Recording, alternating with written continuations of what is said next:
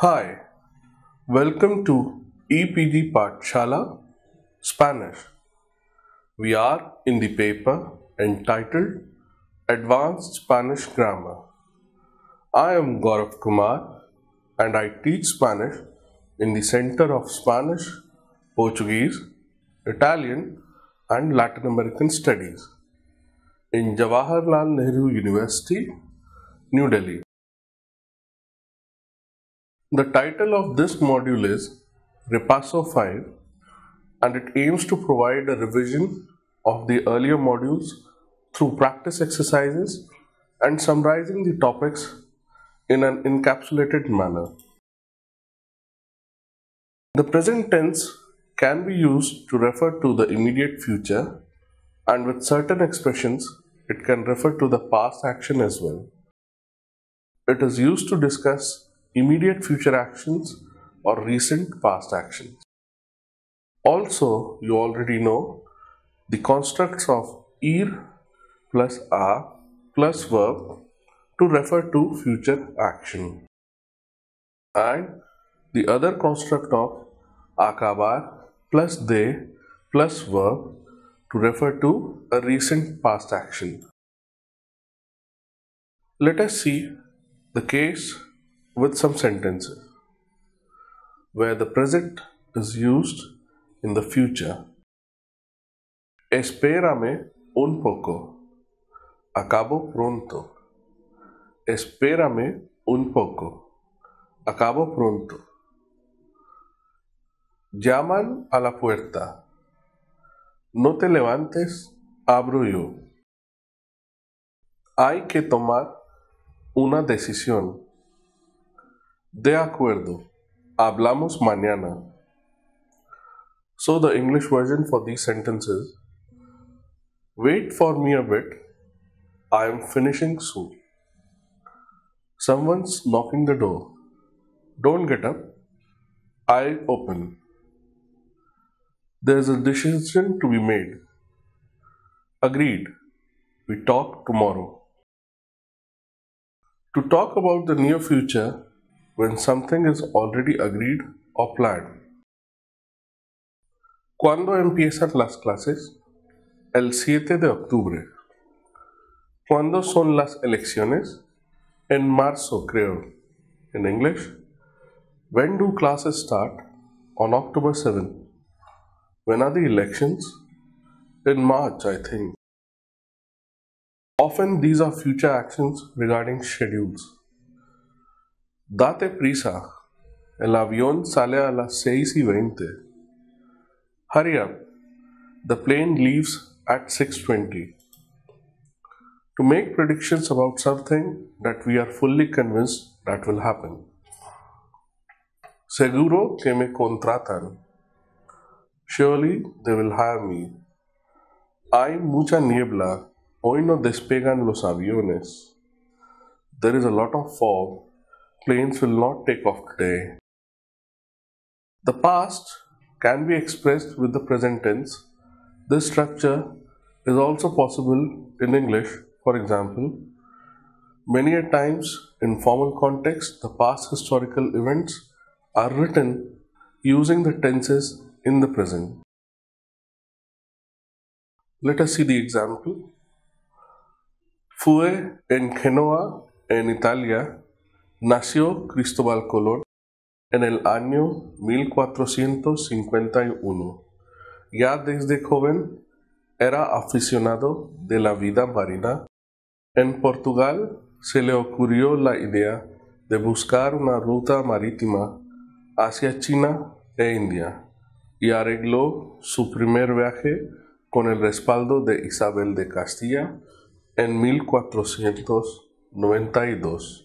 Llegó a América con 3 carabelas y desembarcó en la isla de San Salvador. Posteriormente, Colón realizó 3 viajes más a América. Durante su segundo viaje, comenzó la exploración de América. Murió en Valladolid en 1508. Now this whole write-up is talking about past events and has been expressed using the preterite forms. This can be converted into the present form as well, but still talking about the past events. Let us see how, with the present tense, the past can be expressed. The same writer, once again, with the present. Es en Génova, en Italia, nace Cristóbal Colón en el año 1451. Ya desde joven es aficionado de la vida marina. En Portugal se le ocurre la idea de buscar una ruta marítima hacia China e India y arregla su primer viaje con el respaldo de Isabel de Castilla. En 1492 llega a América con 3 carabelas y desembarca en la isla de San Salvador. Posteriormente, Colón realiza 3 viajes más a América. Durante su segundo viaje, comienza la exploración de América. Muere en Valladolid en 1508. Newspaper headlines indicating a recent event can be converted into headlines expressed with the present tense. Ha muerto un premio Nobel can be said in present as muero un premio Nobel. Muere un premio Nobel. Another example. Los talibanes han atacado la base española.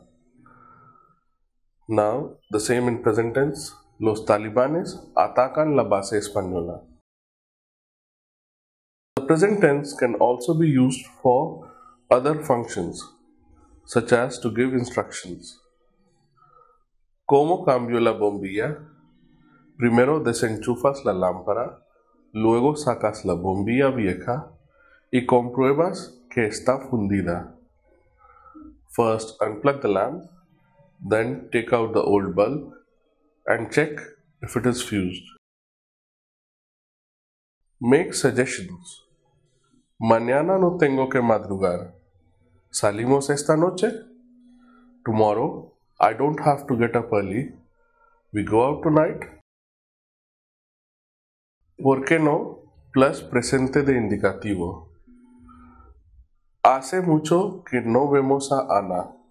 ¿Por qué no la llamas y quedas con ella? It's for a while that we haven't seen Ana. Why don't you call her and meet with her? To ask for advice and opinion. Me gusta este piso. ¿Lo compro? No sé. Me parece muy caro. I like this apartment. Should I buy it? I don't know.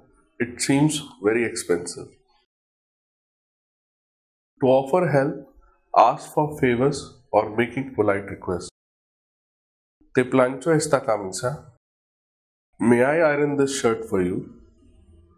Nos trae la cuenta, por favor. Can you bring the check, please? To threaten, you can follow the following construct of O plus the present indicative plus O plus present indicator. Let us see this in the form of a sentence. O dejas de gritar o me marcho de aquí. Either you stop yelling or I leave from here. To express orders or commands with greater emphasis and force of the imperative. Te pones a trabajar ahora mismo, which is the same as saying ponte a trabajar ahora mismo, meaning get down to work right now. Now let's see the verbs that change in meaning. The first example is that of the verb llevar. It can mean to take, carry, take a person, or bear. Los alumnos llevaron a cabo una encuesta sobre la educación universitaria en la India. Students carried out a survey on university education in India. Normalmente llevo camiseta con vaqueros. Normally, I wear t-shirt with jeans. ¿Quién lleva a los niños al colegio? Who takes the kids to school? Sakar means to take out. Sakara bailar, to ask for a dance. Sakara paseo, to take out for a walk. Sacar agua, to get or draw water. Sacar algo de la caja, to take something out of the box.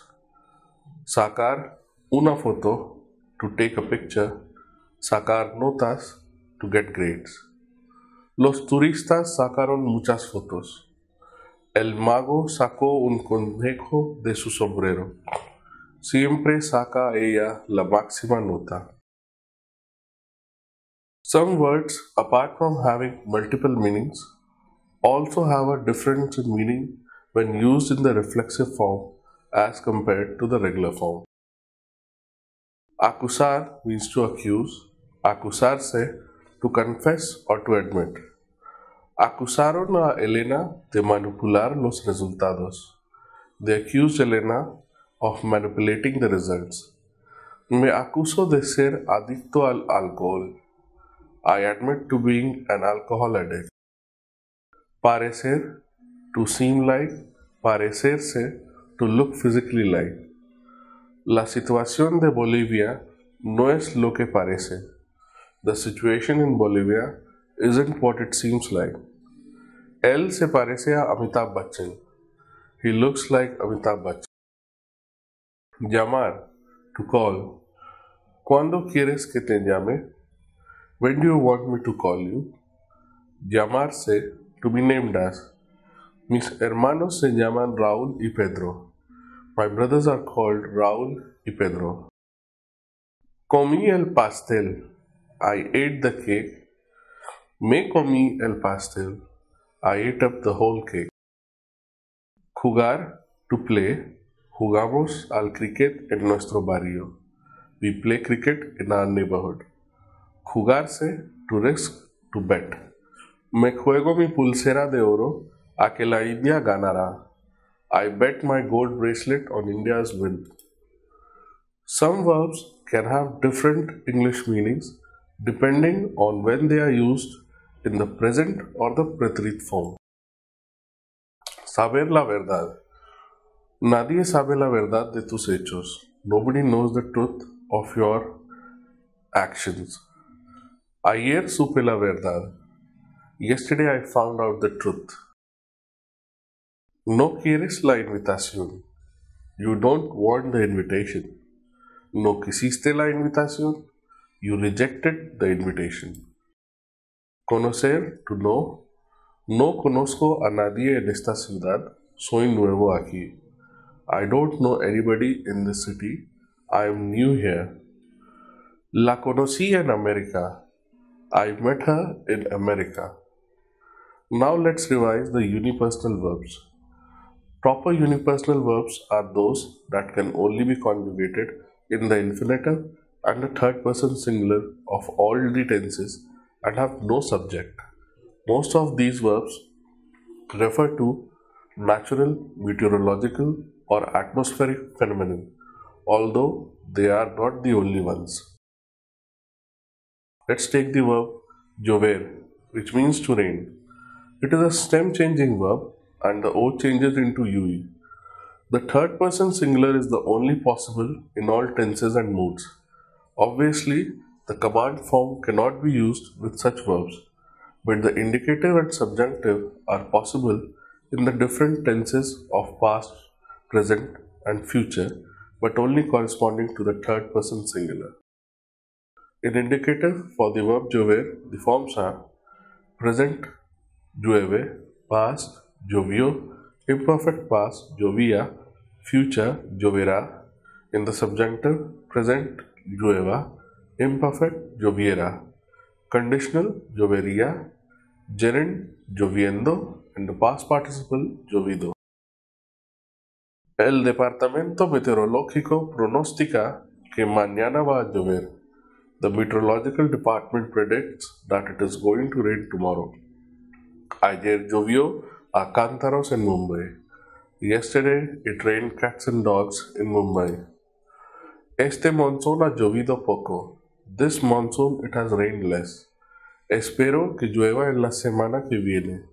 I hope it rains in the next week. Fue extraño que lloviera tanto en el desierto. It was strange that it rained so much in the desert. It is interesting to note that when the universal verbs are not used in their true sense, then in that case they cease to act as unipersonal verbs and can be conjugated with other persons of singular and plural. It is more of a figurative use of such verbs. Durante la guerra, llovían bombas del cielo. During the war, bombs used to rain from the sky. Amanecimos en París. We woke up in Paris. The improper unipersonal verbs. They refer to the verbs that in some usages act like the unipersonal verbs, conjugated only in the third person singular and the infinitive only. The verbs hacer, ser, and haber at times act like unipersonal verbs. Hacer in its function of describing the weather acts like a unipersonal verb. Third person singular conjugation, hace calor, it's hot. Hará frío mañana, it will be cold tomorrow. Use as infinitive. Hoy voy a hacer calor. Hoy va a hacer calor. It is going to be hot today.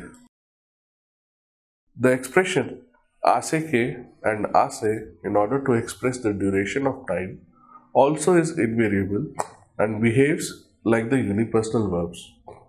Hace 5 meses que estudio español. I have been studying Spanish for 5 months. India ganó la independencia hace 56 años. India ganó la independencia hace 65 años. India got independent 65 years ago. Other verbs that can be considered unipersonales are verbs that cannot be conjugated in the first and second person, rather only conjugated in the third person singular and also plural forms. Let us now see some special uses of the imperative words. Some forms of imperative can be used with special meanings. In the exclamatory sense and in diverse contexts, the imperative form can be used. Let's start with anda. Anda is used to express surprise, admiration, or protest. Anda, pero si estás aquí, creía que estabas en Italia. Hey, you are here only. I thought you were in Italy. To express disbelief before a statement, anda is used with ya. Anda ya. Se casa Lola. Anda ya. Eso es imposible. Lola is getting married. Get away. That's impossible. Hemos visto a Almodóvar en el bar. ¿A Almodóvar? Anda ya. We have seen Almodóvar at the bar. Almodóvar. Get away. Next word is venga. Use venga to cheer or encourage someone. Venga, podéis ganar. Come on, you can win. Venga, levántate, son las 10. Come on, get up, it's 10 o'clock. To express disbelief at some statement, use venga with ya. Mañana viene el presidente. Sí, aquí va a venir. Venga ya. Tomorrow the president is going to come. Yes, here he is going to come. Come on. Venga ya, tú estás loco. Bangladesh no puede ganar la Copa Mundial. Come on, you are mad. Bangladesh cannot win the World Cup. Vamos, to encourage someone to perform an action. Vamos, despiértate ya. Come on, wake up now. To express protest. ¿Y quería que yo le pagara el viaje? Vamos, hombre. And you wanted me to pay the trip? Come on, man. Vamos, no me vas a decir que no sabes freír un huevo. Come on, you are not going to say that you don't know how to fry an egg. Mira, mirad, mire, and miren can be used to draw attention of the listener to pay attention to what you are saying. Mira, creo que deberías cambiar de actitud. Tienes que ser más amable. Look, I think you should change your attitude. You have to be friendlier. Miren ustedes, a nosotros nos parece muy importante que no se fume en las reuniones. Look, it seems to us very important not to smoke in the meetings. Oye, oíd, oiga, oigan are used to draw the attention of the person whom we are talking to. Oye, Alfredo, avísame cuando llegue Don Antonio. Hey, Alfredo, let me know when Antonio arrives. Oiga, ¿podría decirme dónde está el Departamento de Historia de América? Excuse me, could you tell me where is Department of History? Where is American History Department? In order to express admiration or inquiry, oye, qué guapa estás con ese sombrero. Hey, how beautiful you are with this hat. Oiga, ¿este asiento está ocupado? Excuse me, is this seat occupied? With vaya, it is used to express disappointment, surprise, or admiration. Vaya, ahora no encuentro las gafas. Damn it, now I cannot find the glasses. Vaya, por fin venís a verme. Great, at last you come to see me. Vaya, no sabía que tuvieras tan mal genio. Oops, I did not know you had such a bad temper. To express admiration or disappointment, vaya plus noun. Vaya hotel es estupendo. What a hotel, it's great. Vaya amigos, no estáis nunca cuando se os necesita. What friends, you are never there when you are needed. To highlight an action or situation, vaya sí plus sentence. ¿Hace frío? Vaya sí hace frío. Is it cold? Of course it is cold. ¿Y no le dijiste nada? Vaya sí le dije. You didn't tell anything to him? Of course I did say. Fíjate and fíjese. To draw attention to an action or situation. Te habrá gustado el regalo. Fíjate, era una pulsera de oro. You would have liked the gift. Mind it, it was a gold bracelet. Toma is used to express surprise. Toma, pero si esa es Penélope Cruz. Wow, that is definitely Penélope Cruz. Toma, Pedro se ha traído un Ferrari de Italia. Wow, Pedro has got a Ferrari from Italy. Y dale with noun, y dale with K plus sentence. It is used to express irritation or anger, normally because of the insistence of someone else on something. Dale, te he dicho 1000 veces que no me gustan las patatas. Not again. I have told you 1000 times that I don't like potatoes. Y dale con la moto. Not again about the bike. Both in Spanish and English, there exist two ways of expressing what the other person has said. Let us see the case of the direct speech called the estilo directo and the indirect speech called the estilo indirecto in Spanish. Let us try to understand these changes in the verb tense with the help of another simple example. In direct speech, sentence is Carlos dijo voy a Madrid. In the indirect speech, the present indicative changes to imperfect past. So in indirect speech, the sentence is Carlos dijo que él iba a Madrid. Next case, in the direct speech, the sentence is Carlos dijo fui a Madrid. In the indirect speech, the pretérito or the past definite changes to the pretérito pluscuamperfecto. So in the indirect speech, it is Carlos dijo que él había ido a Madrid. Next example is that of Carlos dijo he ido a Madrid. In the indirect speech, the present perfect indicative or the pretérito perfecto changes to pretérito pluscuamperfecto. Carlos dijo que él había ido a Madrid. Next example is that of the direct speech as Carlos dijo iré a Madrid. For the indirect speech, the future indicative changes to conditional. Carlos dijo que él iría a Madrid.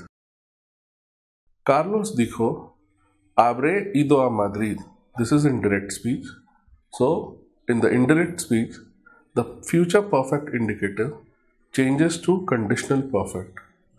Carlos dijo que él habría ido a Madrid. With the subjunctive, the direct speech is Carlos dijo no creo que ella vaya a Madrid. In the indirect speech, the present perfect subjunctive changes to pretérito imperfecto de subjuntivo or the imperfect subjunctive. Carlos dijo que él no creía que ella fuera a Madrid. Next example is, in the direct speech, Carlos dijo, no creo que ella haya ido a Madrid. In the indirect speech, the pretérito perfecto de subjuntivo changes to pretérito pluscuamperfecto de subjuntivo. So the sentence is, Carlos dijo que él no creía que ella hubiera ido a Madrid. In direct speech, Carlos dijo, yo había ido a Madrid. In pretérito pluscuamperfecto, for the indirect speech, it doesn't change and remains as pretérito pluscuamperfecto. But yes, there is change of subject pronoun from yo to él. So the sentence is, Carlos dijo que él había ido a Madrid. Similarly, it should be kept in mind that the imperfecto de indicativo y subjuntivo, pretérito pluscuamperfecto de indicativo y de subjuntivo, condicional simple y perfecto doesn't change in the indirect speech. Let us see the reported speech in Spanish. Suppose my mother wants that I should lose weight. Then she can advise me in direct speech as creo que deberías adelgazarte. I think you should lose weight. In the indirect speech format, I can simply narrate this as mi madre me dijo que ella creía que yo debería adelgazarme. Or I can modify it like this. Mi madre me aconsejó que me adelgazara. This is the interpretation of what I think about my mom's intention. Most interpretations of such kind must be followed by the subjunctive structures. The speaker's intention can be understood by certain elements in a sentence like Él dijo, si yo fuera tú, no compraría en esa tienda. He said, if I were you, I wouldn't buy in that shop. This can be changed in the indirect speech as Él me aconsejó, sugirió, recomendó, propuso que no comprara en esa tienda. He suggested, recommended, proposed that I not buy in that shop. Now we have revised the different types of meanings and functions of the verbs, of the imperative words, prepositions, and the direct and indirect speech in Spanish. All these variations are important and should be memorized by means of further practice and regular use. Thank you. Gracias.